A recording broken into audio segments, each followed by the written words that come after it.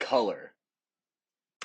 Emotions they elicit, how they influence you, unconscious rearranging of emotions motivated entirely from how you've associated these colors with your past memories and the feelings associated with them. Color is a tool for writers, but it's a weapon for directors. Writers use colors to paint a picture in the reader's mind or bring some connection to a feeling or emotion. Directors, especially those who adapt novels into films, have the advantage of selecting specific, calculated images. Lighting, specifically hues, saturation, and brightness, allow directors to play with color, which affects the viewer in strong psychological ways that is unattainable within novels. Stories exist in black and white. Unless the author describes color, it isn't a part of the novels. So how do directors decide colors when adapting these novels into films? How do they bend light to their will?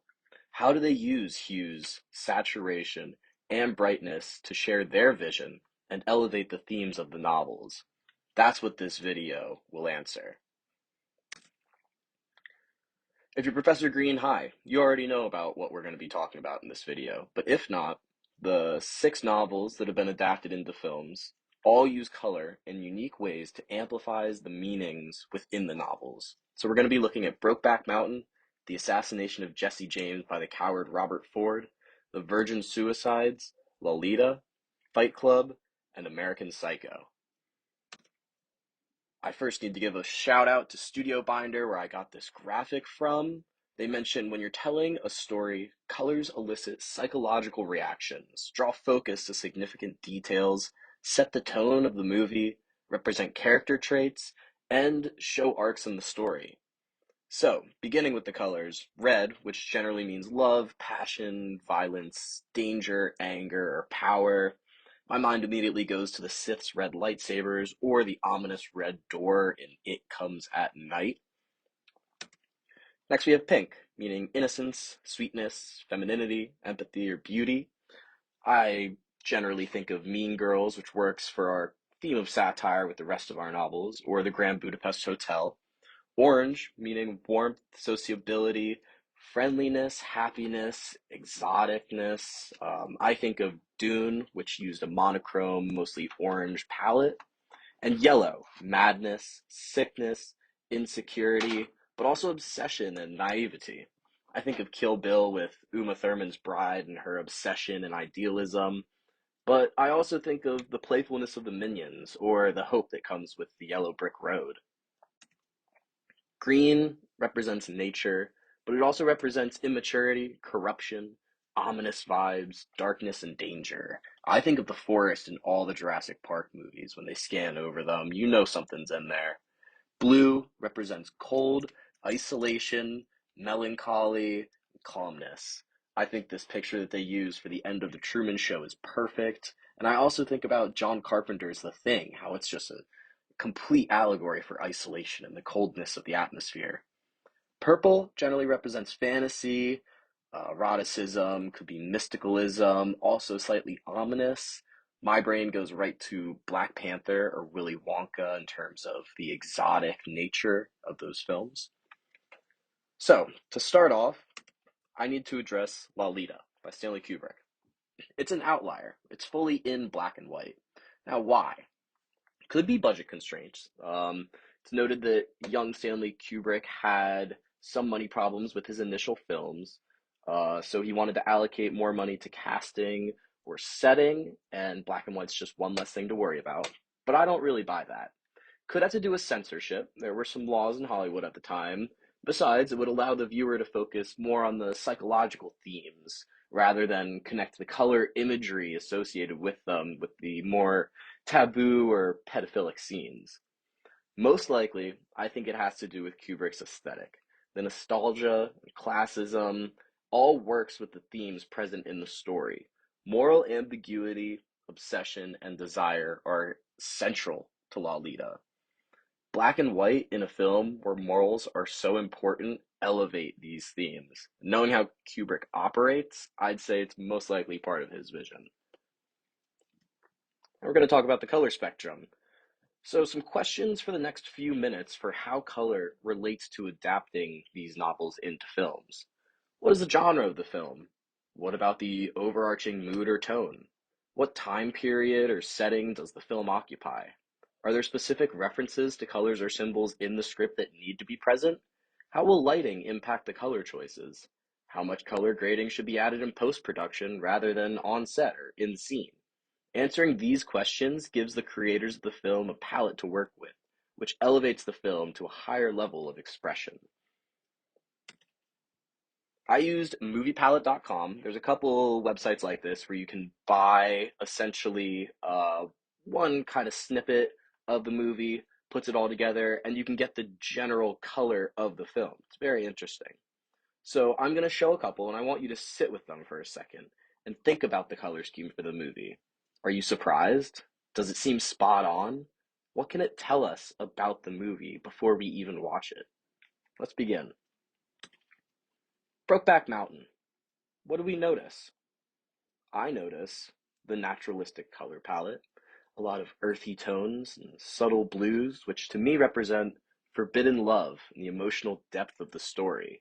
It's furthered by the expansive green landscapes, which set a somber mood for the entire film.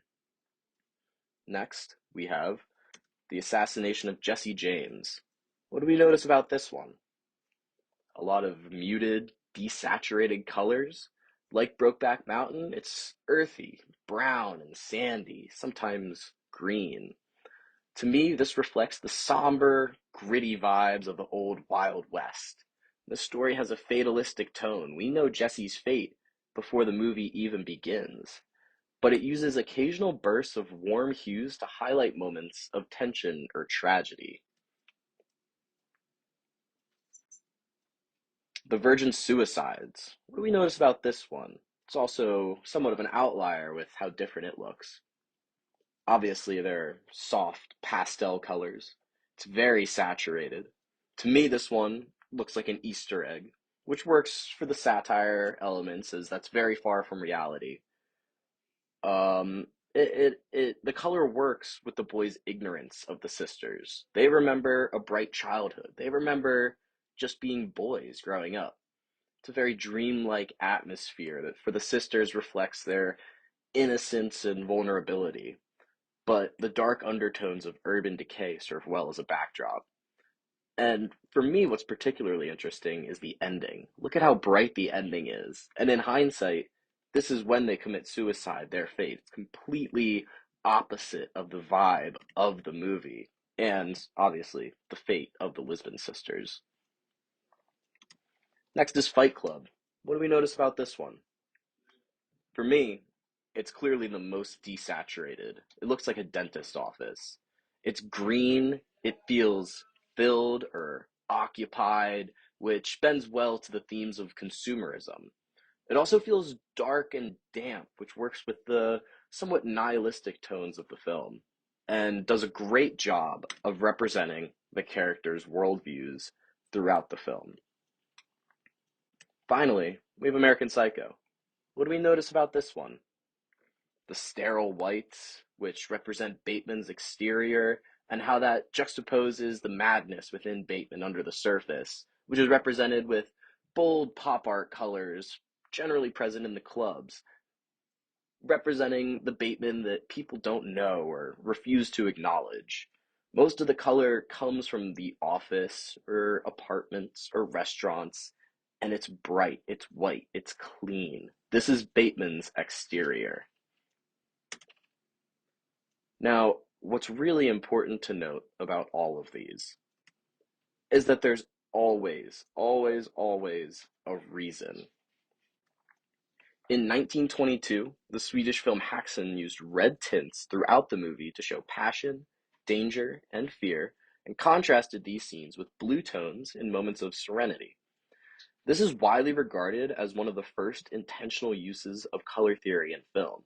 While Technicolor, one of the first major companies to use color in film, began experiments in the 1920s, it wasn't until the 1950s that colored films overtook black and white.